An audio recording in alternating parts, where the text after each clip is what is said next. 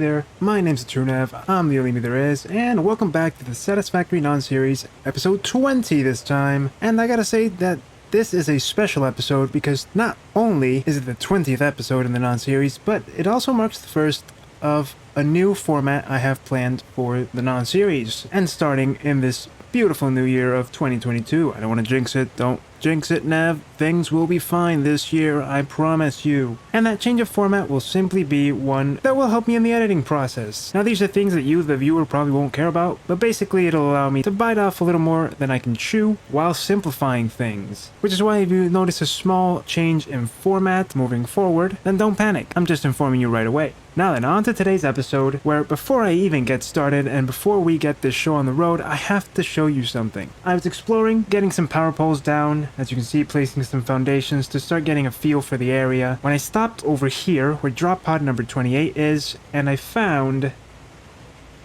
this little guy. He was just up here, waiting for me. My real question is not why is he up here on this little precipice, about to die, but rather why was he up here next to the poisonous plants, where I detonated the frickin' obelisks? I mean, you could have died, little guy. You could have died. How are you still alive is beyond me. You're like the miracle doggo. But anywho, to get this show on the road, let's state the facts. For today's episode, we're gonna complete the battery factory. That is the most likely scenario. And of course, I did mention it, didn't I? Drones.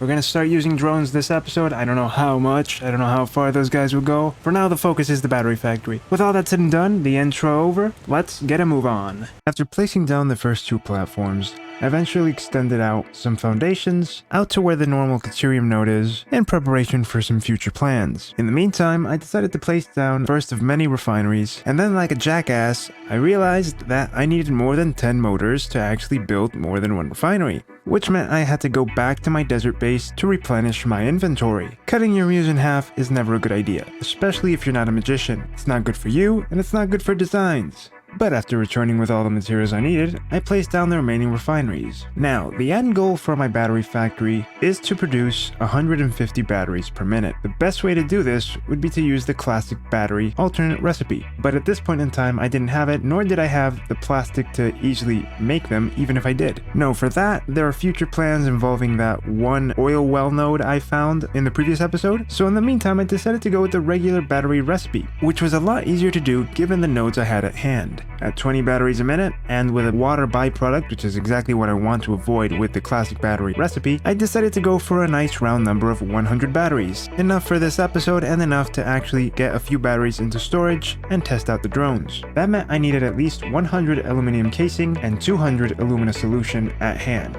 as well as 250 sulfuric acid. But because I always had in mind the alternate recipe, I decided to build everything right away as if I were going to make the classic battery. That's kind of what I meant when I said that there would be a change in the format, not just because I'm speaking in past tense, but because I wanted to make factories that would be changeable later on. See, most factories I'd done until the moment had been mostly reactive. I worked based on the nodes I have, and then that would be the final layout. As an example, there's the petrochemicals factory in Titan Forest. For that one, I saw a layout to produce plastic and rubber that involved the blender.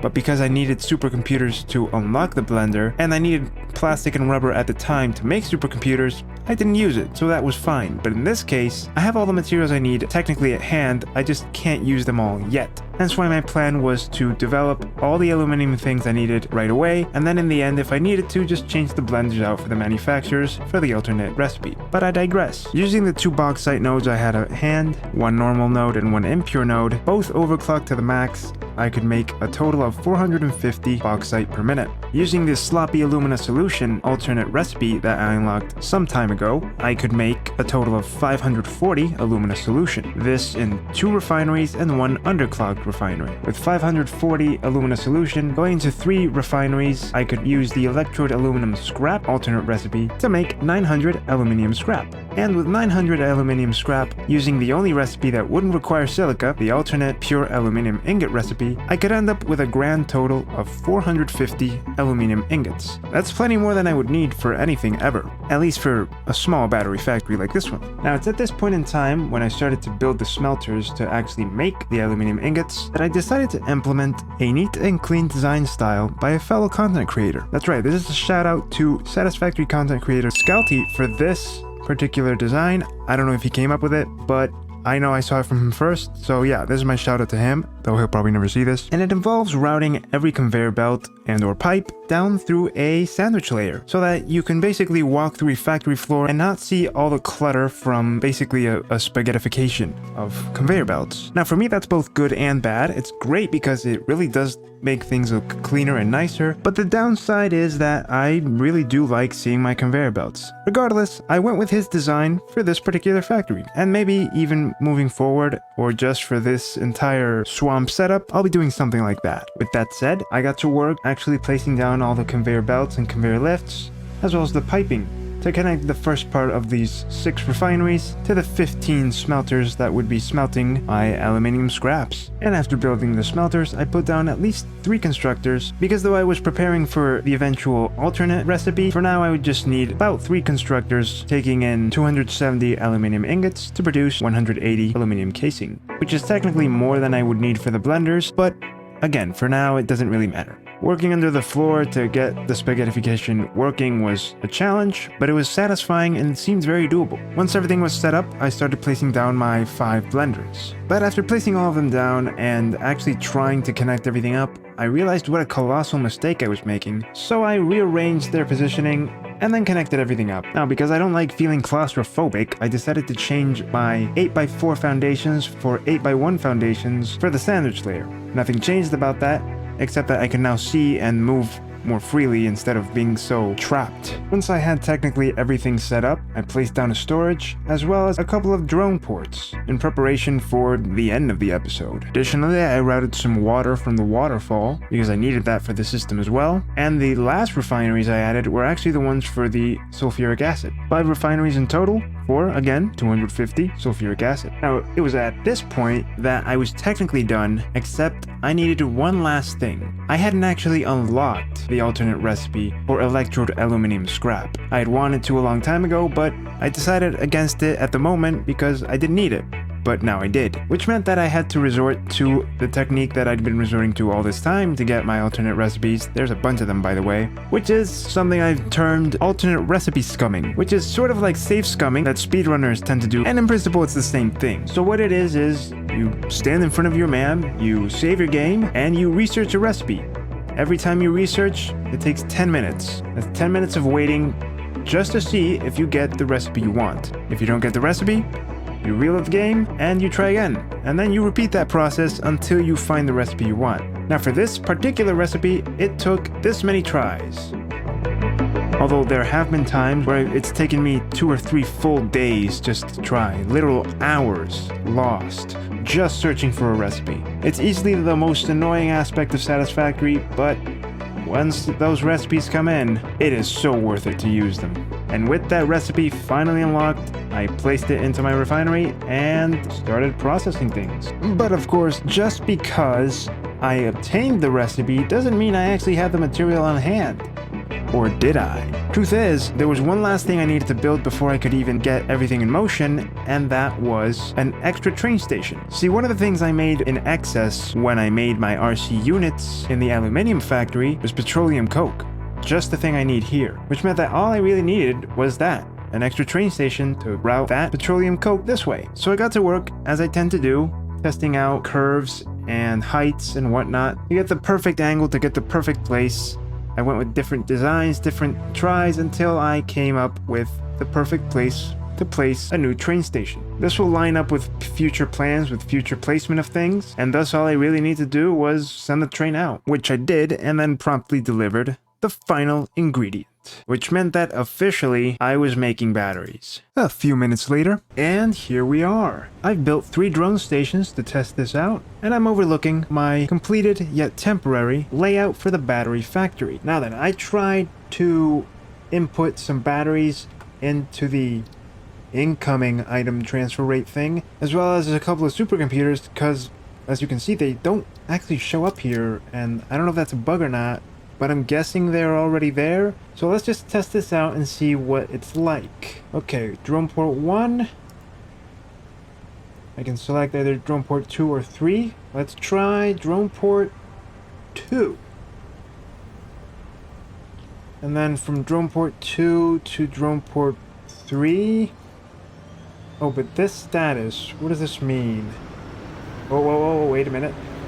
Let's look at takeoff. Oh, he has an eyeball. That's cute. It's got a face. Oh, look at him go. That's awesome. That's really nice. Into drone port 2. Okay. So can you take from drone port 2, sorry, to 3, or... no drone. Okay, all ports. Drone port 1 to port 2. Okay, so from what I'm seeing, from what I'm gathering here, I can't actually route from one drone port to several.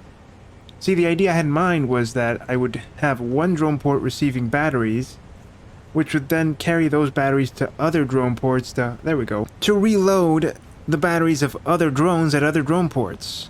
So one drone port to feed others, but from what I'm seeing here, I can't actually do that. The solution I'm thinking of would maybe be to have several drone ports all exporting batteries to other drone ports, which would then probably deliver their own materials off to other drone ports.